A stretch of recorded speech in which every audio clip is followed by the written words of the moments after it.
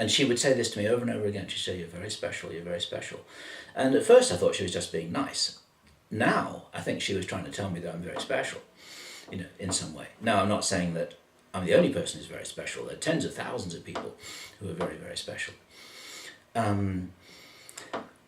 She, when she walked out on me, she said, "My purpose in your life is complete. Now I'm off." How did you deal with that? I couldn't. I couldn't deal with it at all. I was devastated. I had no frame of reference with which I understood that at all. Only later did I realize that her presence in my life was part of this preparation.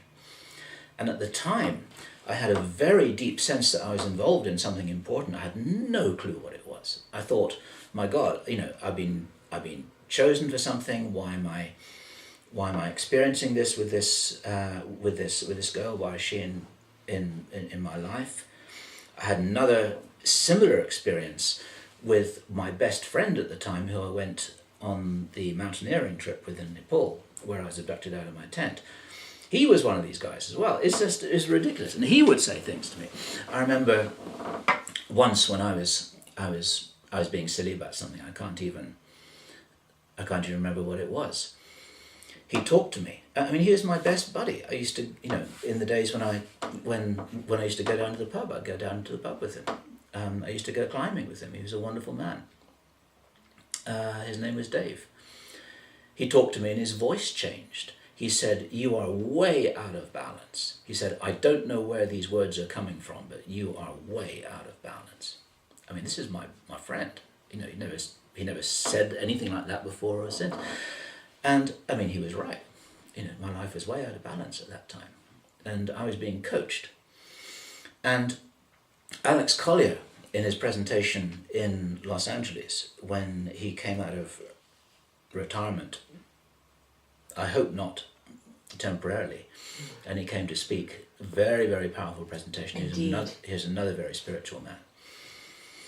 He introduced the idea, just as like an open question to anyone who was listening at that time, was, would you be open to being mentored by an extraterrestrial race? And some people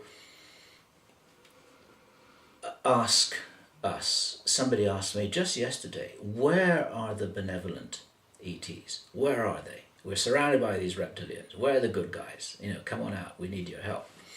Well, maybe they're mentors sitting there right here and now, waiting for us to wake up to the fact. It's like maybe all we've got to do is ask. And we're not asking from the point of view of, I'm so small, I'm a pathetic human, I can't understand things. It's like, okay, we've got an agreement. I recognize that I'm open to learning. I would like to wake up in the morning with a very clear sense of something which I'm confused about. It's not like an intention, but it's just like, this is where I want to. Now, some people talk about asking their higher self the same question, and that's another very, very viable technique. Ruth and I talk about this all the time. We say, okay, what does our higher self say? Our higher self can often come up with some very good information. But we're also able to ask our friends.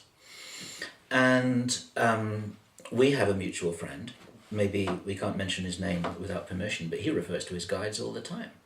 It was his guides who suggested to him very strongly that they should look in the engine of your vehicle after it had been interfered with. And lo and behold, he was right. Where did that information come from?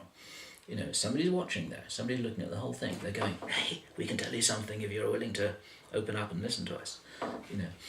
And there are non-physical beings, or beings that may be physical from their viewpoint, but non-physical from our viewpoint, because we're talking about an overlapping of realities and dimensions.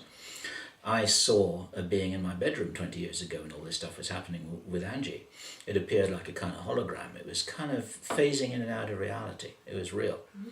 It was very real. Now, I'm sure for him he was solid, but he was sort of,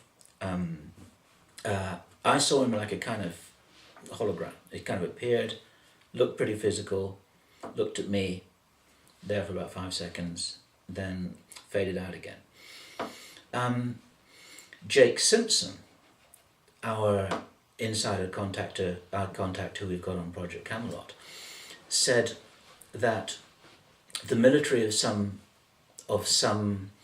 countries have mastered this technology, because it's just technology, and they can walk through walls. Their super soldiers can walk through walls. He referred to it as a phase shift.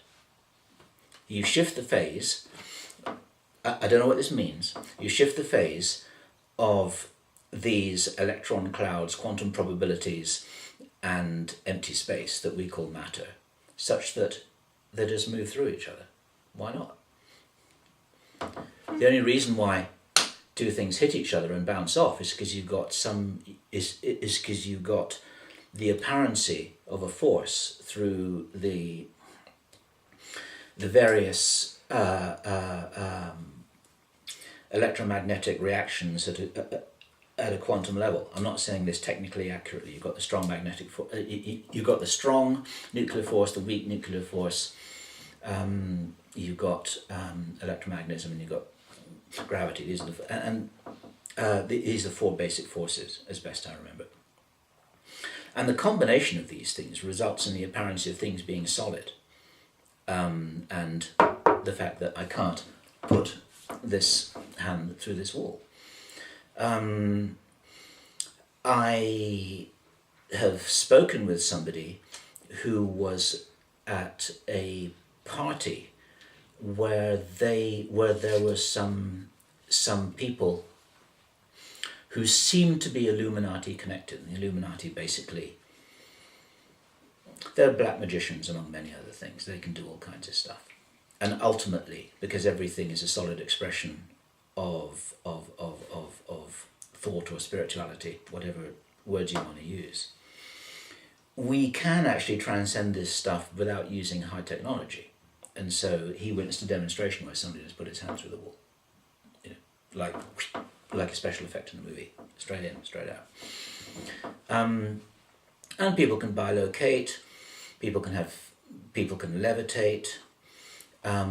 If you read that wonderful book, which I read many years ago, that David Icke referenced in his presentation, Michael Talbot's The Holographic Universe, there's a couple of chapters in there about miracles in the past, about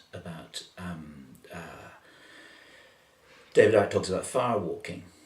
There are many documented instances of people in a state of religious ecstasy, which basically is in a trance state, some kind of an altered state, where